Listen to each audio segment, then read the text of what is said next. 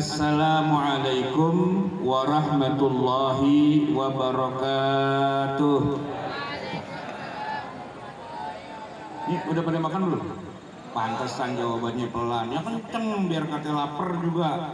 Suara mesti nyaring ya enggak? Jajalin lah ya sekali lagi ya. Assalamualaikum warahmatullahi wabarakatuh. Perut lapar tuh kayak gitu tuh. Baru jam segini belum dikasih makan.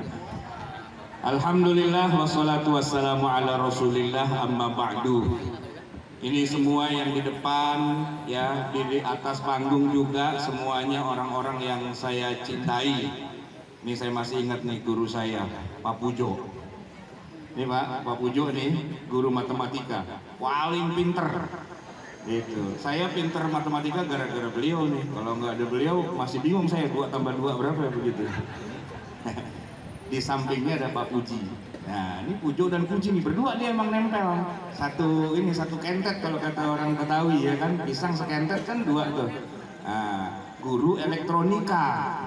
Jadi saya tahu apa resistor, kapasitor dan apalagi tuh indikator apaan gitu ya.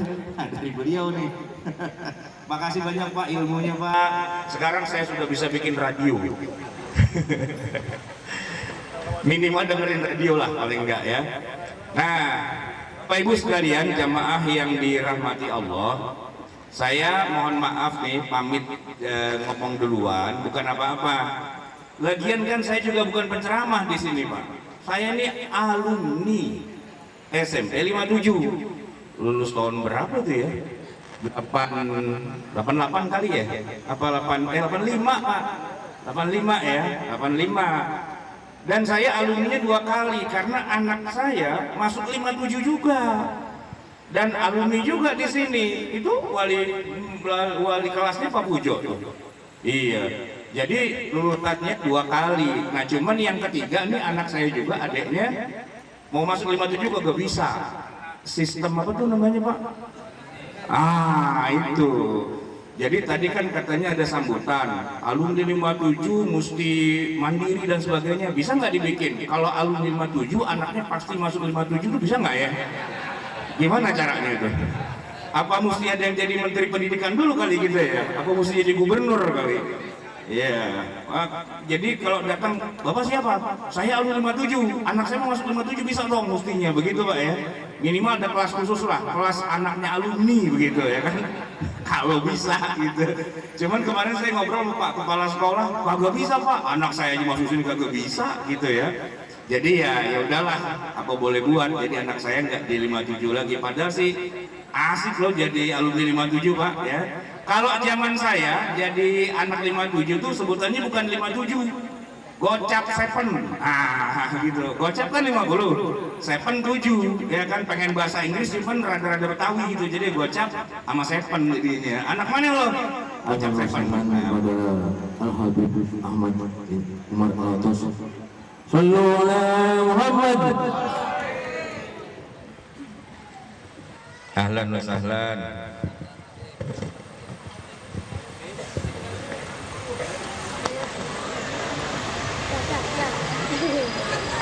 Habib, gimana kabar, sehat? Masya Allah. Nggak nyasar Habib kemari? Alhamdulillah enggak ya, insya Allah. Selamat datang kepada guru kita nih. Jadi kita punya guru 3 nih hari ini. Jadi pulang-pulang kalau sampai kurang pinter mah kebangetan. Mau gurunya 3, ya kan? Nah gitu. Kalau saya mah bukan guru-guruan aja.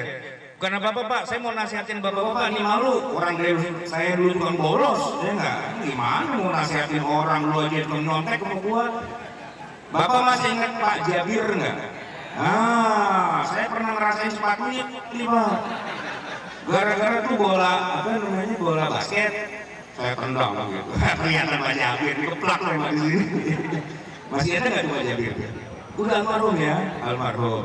Ya kita doakanlah guru-guru kita yang sudah almarhum kemarin, Pak Anwar ya kan, dan yang lain-lain mungkin saya nggak hafal, tapi kita semua pasti tahu. Kita bacakan suratul Fatihah. Semoga arwahnya beliau-beliau yang sudah punya banyak jasa buat kita diterima oleh Allah Subhanahu wa Ta'ala, dilipat gandakan pahalanya, dihapuskan semua dosa-dosanya ala hadiniyah ولكل نية صالحة وإلى حضرة النبي المصطفى رسول الله صلى الله عليه وسلم شيء لله. الفاتحة. أعوذ بالله من الشيطان الرجيم. بسم الله الرحمن الرحيم. الحمد لله رب العالمين الرحمن الرحيم مالك يوم الدين إياك نعبد وإياك نستعين اهدنا الصراط المستقيم صراط الذين أنعمت عليهم غير المغضوب عليهم ولا الضالين رب اغفر لنا ولوالدينا آمين. Nah, karena kita punya banyak guru sore siang hari ini, jadi saya nyampeinnya nggak banyak-banyak lah, ya kan? Karena terlalu banyak belajar, resikonya bisa banyak lupa, Pak. Jadi ya belajarnya dikit aja, jadi lupanya sedikit. Nah, kalau nggak belajar mungkin nggak lupa-lupa kali ya. Pak Slamet, apa kabar Pak? Masya Allah. Ini guru renang saya nih Pak. Kita semua berenang di absen, dia kagak nyebur di kolom. Masih ingat Pak ya? Bapak lupa sama saya pasti gitu. Nggak lupa Pak ya? Pak Slamet ya kan? Senam pagi, waktu itu Indonesia yang keberapa? Senam pagi SKJ yang keberapa itu ya? Ya pokoknya masih ada lah tahun 80-an ya. Bapak-bapak, ibu-ibu jamaah sekalian yang dirahmati Allah, para guru-guru kita yang mulia, saya mau ngomong sedikit aja tentang Nabi Muhammad. Kebetulan memang saya baru aja selesai nulis buku fikih sirah nabawiyah. Jadi masih banyak nempel-nempel dikit lah cerita tentang bagaimana Nabi kita Nabi Muhammad Sallallahu Alaihi Wasallam. Beliau adalah orang yang diangkat oleh Allah Subhanahu wa Ta'ala, manusia biasa sih, cuma diangkat jadi nabi. Yang jadi masalah tuh gini Pak, sebagai nabi yang terakhir, nabi terakhir nih Pak, risalah Nabi Muhammad itu berlakunya buat semua umat manusia. Dan ini beda dengan semua nabi dan rasul yang pernah ada sebelumnya. Nabi Musa, Pak, Nabi Musa tahu ya, di mana itu lokasinya? Di Mesir kan? Nabi Musa tuh Pak di Mesir, walaupun dia tinggal di Mesir, tapi risalahnya bukan buat orang Mesir, bahkan juga bukan buat Fir'aun, tapi dia jadi nabi khusus buat kaumnya dia sendiri, yaitu Bani Israel alias orang Yahudi. Makanya Pak, ketika dia berhasil mengeluarkan Yahudi dari Mesir, nyebrang Laut Merah gitu ya, yang diurusin kaumnya aja. Kalau orang-orang Mesirnya mah bodoh amat. Dan satu lagi jamaah sekalian, nabi-nabi terdahulu ya, kalau sudah ngurusin umatnya ya sudah, dia nggak ngurusin umat yang lain. Risalah Nabi Muhammad itu beda, khususnya dalam hal untuk siapa agamanya. Kita nih Pak contohnya, kita bukan orang Arab, ngomong Arab juga nggak bisa. Ya bisa sih sedikit-sedikit bahasa Arab ya, Arab maklum ya kan. Kalau kata orang Jawa, Arab pating genah gitu loh. Bisa sih dikit-dikit, cuman aneh antum. Teman saya ada tuh ya, ustadz juga, cuman nggak bisa bahasa Arab, cuman ngomongnya belagu pakai bahasa Arab ya kan. Kaifal hal gitu-gitu kan. Panitia ada yang jago bahasa Arab, diajak ngomong panjang lebar dia bilang afwan, mana ada acara buru-buru gitu kan. Tapi kalau yang ini mah jago bahasa Arab semua nih Pak, ini aja ngomong Arab Pak, kalau bisa Bapak jago dah ya kan. Jadi orang kita ini bukan orang Arab, tapi nabi kita orang Arab. Kan agak ribet itu Pak ya, nabinya orang Arab, kitanya bukan. Padahal tadi kan korek cilik kita itu udah baca tuh ayatnya, laqad kana lakum fi rasulillahi uswatun hasanah, ya kan. Pada diri Rasulullah itu ada suri tauladan. Masalahnya Pak, beliau orang Arab, kita orang Melayu. Pak, saya mau tanya, Nabi kan orang Arab, makanannya apaan Pak? Menunya orang Arab itu apaan? Jangan bilang kebuli Pak, bukan. Orang Arab nggak makan kebuli, nggak makan biryani, itu makanan orang kita yang jual restoran Arab. Nah gitu. Orang Arab di masa Nabi nggak makan nasi kebuli, nasi goreng lagi, bukan. Makan roti Pak, makan roti. pagi roti, siang roti, malam roti, ya kan? Atau kalau Nabi kita, karena beliau juga hijrah ke Madinah, orang Madinah, makan pokoknya kurma. Jadi kalau dia makan kurma nih Pak, ya udah kurma doang, sepiring. Pagi sarapan sepiring kurma, siang makan siang Pak, sepiring kurma, malam ya sepiring kurma. Udah nggak pakai nyari yang lain. Kalau kita sepiring kurma bisa Pak, tapi kalau ditanya udah makan apa belum? Belum. Kalau belum kena nasi padang belum makan kita, kagak nendang, ya kan? Orang perut kita perut Melayu, ya kan? Nah, jadi pertanyaannya gini, kalau Nabi kita itu makannya kurma, apakah kita mesti ganti menu makan kurma? Ya kalau makan kurma sebiji, 2 biji, 3 biji mah bisa kita, cuman gelik-gelikin perut doang kan. Ya kalau kita makan sepiring bisa, tapi jontor-jontor tuh bibir gitu kan. Oh masa sepiring dihabisin doang, itu pun kalau ditanya udah makan belum? Belum. Nah, mesti ada nasi uduk, nasi goreng, nasi pecel, ayam geprek dan sebagainya kan. Jadi nggak mentang-mentang Nabi kita orang Arab makanannya kurma, makannya roti, kita mesti ganti menu kita, nggak harus. Apalagi kalau cara makan Pak, dalam hadis tuh ya Pak Kiai, Pak Habib, kan gini, Nabi itu kalau makan pakai 3 jari Pak, 3 jari, ya wajar, makannya 3 jari, ngunyahnya 33 kali itu wajar Pak. Soalnya yang dikopet itu kan kambing Pak, daging ya kan, 3 jari, gampang. Nah kita Indomie, bagaimana 3 jari? Kan nggak bisa dimakan, ya nggak? Ngunyah 33 kali, nah kita makan bubur ayam 33 kali, ya kan? Nabi nggak makan bubur ayam Pak, ya kalau kita makan bubur ayam, itu pun di kita bubur ayam ada 2 mazhab, mazhab diaduk sama mazhab nggak diaduk. Nah saya nggak tahu nih Bapak-Bapak ikut yang diaduk apa enggak. Kalau saya nggak diaduk Pak, soalnya kalau diaduk berasa itu muntah kucing kalau pean Dayak gitu ya. Nggak tahu dah tuh bagaimana, mazhab saya agak diaduk. Lu kalau mau diaduk makan jangan sebelah gue, sonoan dikit, kenapa? Geli gua melihatnya, gitu ya. Tapi anak saya Pak, diaduk-aduk, diaduk-aduk, saya bilang kagak jadi makan gua, diaduk-aduk itu kagak demen melihatnya. Nah itu bubur ayam, ya kan? Nabi kagak makan bubur ayam Pak, apalagi makan Indomie, enggak. Yang makan Indomie kita. Pertanyaannya, apa mesti kita makannya roti? Apa mesti kita makan korma? Enggak. Nabi ya Nabi. Sebagai orang Arab ya beliau kita hormati, kita junjung tinggi dengan segala budaya Arabnya. Tapi budaya Arabnya enggak mesti kudu harus kita jalanin. Yang mesti kita tiru apanya? Sholat 5 waktu itu wajib buat kita. Puasa Ramadan itu wajib buat kita. Zakat, haji, nah itu wajib.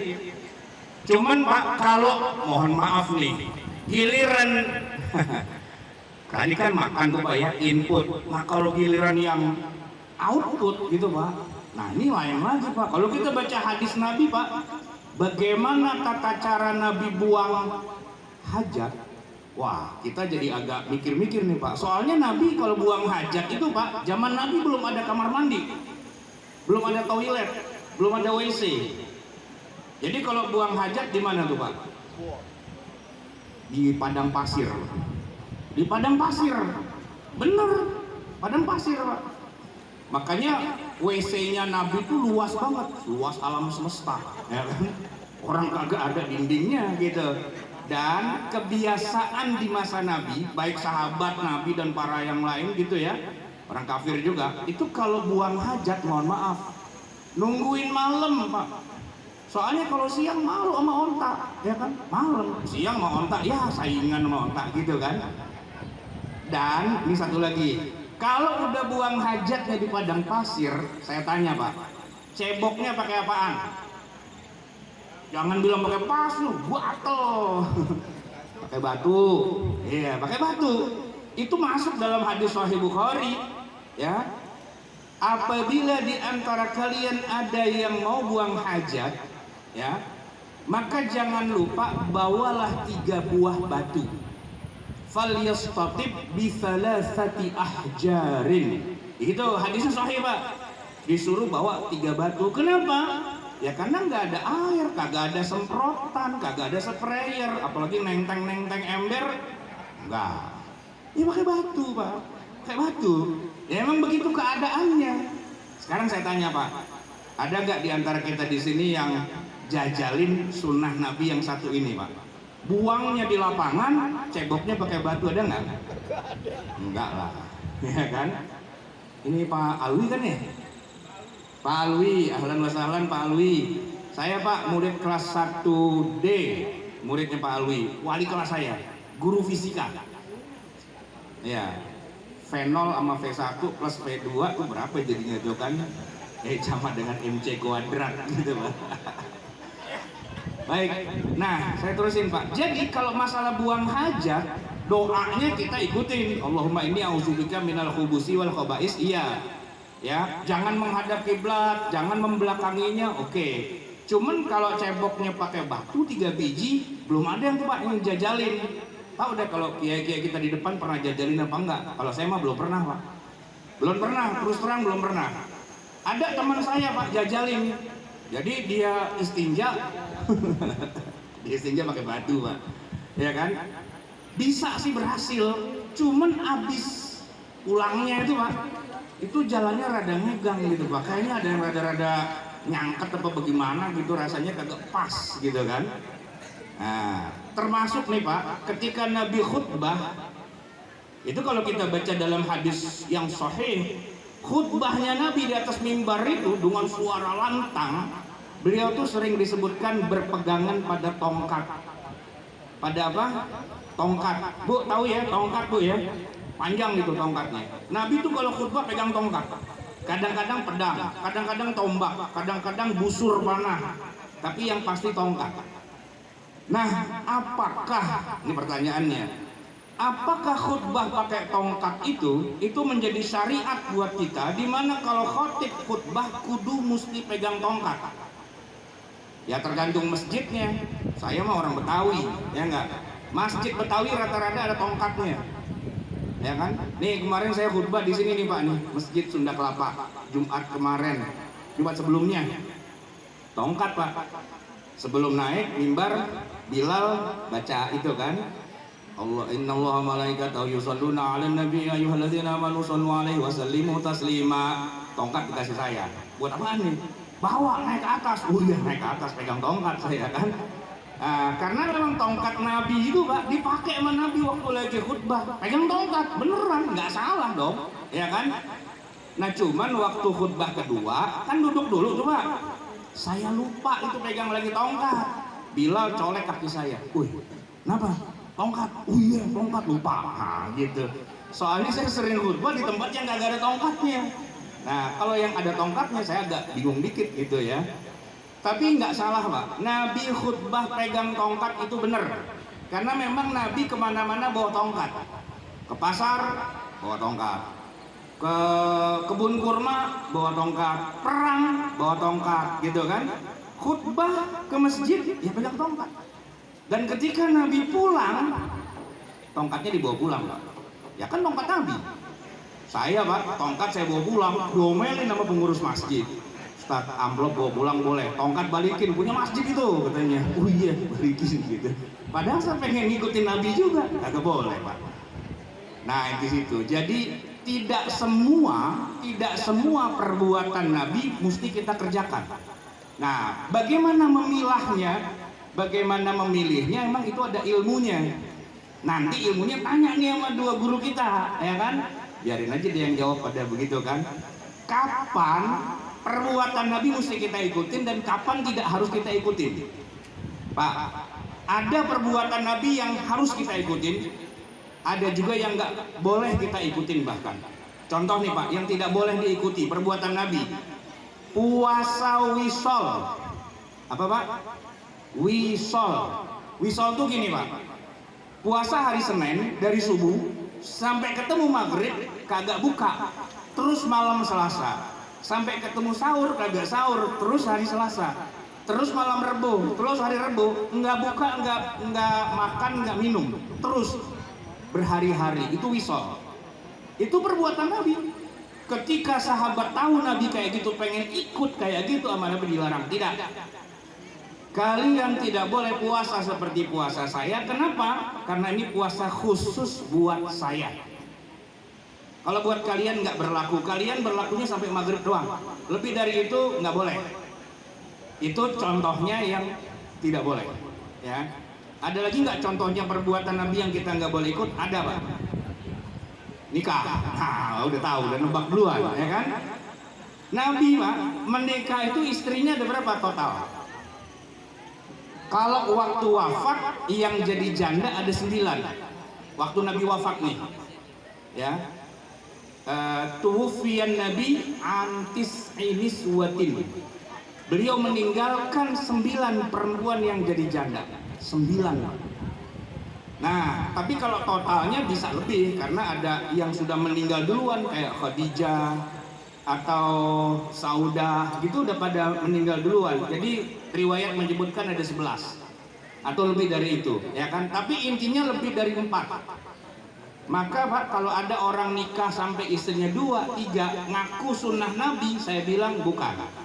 Sunnah Nabi itu bukan 2, 11. Oh iya dong, ya kan? Jangan dibikin keliru, enggak. Kalau ngikutin sunnah Nabi itu 11, Pak, bukan 2. Baru cuma 2 ngaku sunnah Nabi, kurang banyak itu, ya kan? Tapi kalau kita mau 11 jadi haram hukumnya. Kenapa? Karena itu khususiyah Nabi.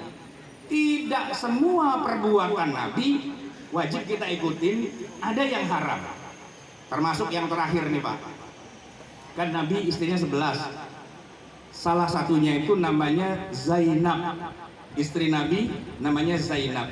Sayyidah Zainab radhiyallahu anha min ummahatil mukminin. Apa nih? Cangkroeng ketemu banteng, kuda lari ketemu genteng, cap cicuk kedebong busuk. Waktunya udah habis kan? Ya udah, ini yang terakhir ya. Tanggung nih. Udah dikokang nggak boleh nembak, ya kan? Ini Pak. Jadi Nabi ya nikah sama Zainab itu nggak pakai wali, nggak pakai saksi, nggak pakai ijab kabul, nggak pakai mahar, langsung dikawinkan Allah dari langit 7. Ada ayatnya. Falamma qadha Zaidun minha wa taran zawwajnakaha. Ketika Zaid sudah menceraikan istrinya Zainab dan sudah habis masa iddahnya, aku nikahkan kamu wahai Muhammad dengan dia. Itu Pak, nggak pakai wali, nggak pakai saksi dan sebagainya. Boleh, boleh karena Allah yang menikahkan. Jadi pagi-pagi itu Zainab dipanggil, Zainab, ikut pulang ke rumah. Ada apa ya Rasul? Tadi malam Allah menikahkan kita berdua. Jadi Zainab ambil baju buntelan, pulang ke rumah Nabi, langsung jadi bininya Nabi, Pak. Nah, itu khusus buat Nabi. Kita nggak boleh Pak kayak gitu. Ketemu janda di pasar, ikut, nggak bisa. Ya, nggak boleh Pak, main ikut-ikut Nabi aja. Mohon maaf atas segala kekurangan dan kesalahan. Hadanallahu wa iyyakum ajma'in. Terakhir sebelum saya tutup, mohon maaf nih, namanya orang Betawi Pak, kudu rada pantun dikit, ya kan? Sri Mulyani pulang malam. Sampai di sini, wassalam. Wassalamualaikum warahmatullahi wabarakatuh. Waalaikumsalam warahmatullahi wabarakatuh. Assalamualaikum warahmatullahi wabarakatuh. Saya bersama salah satu dari alumni SMP 57 yaitu Ustadz Sarwat.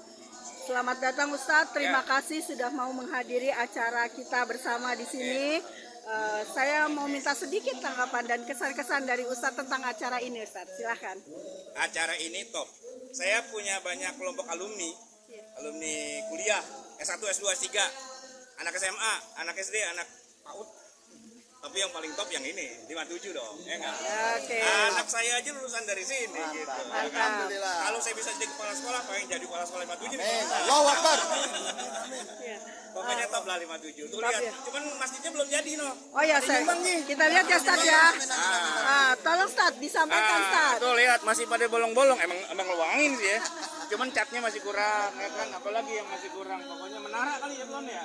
Ya. Menara apa yang lain ya, semoga deh kita doain lah biar cepet jadi pembangunannya, biar bisa sholat. Soalnya zaman saya dulu saya sholat di musola sini nih. Cuman Musolanya dua kecil doang Ustadz ya. Ya, musolanya kecil Ustadz. Musola tengah ada, sini ada juga. Pojokan terakhir. Iya. Tapi yang sambungan tuh ya kan. Samping satu sih. Iya, satu-satu saya. Semoga berkah ya Ustaz. Iya, satu saya. Didoakan untuk semua alumni ya Ustaz. Alumni biar pada sehat semua. Amin. Biar pada jadi orang kaya. Amin. Susah jadi orang miskin. Amin. Ustaz, Ada masuk ini surga.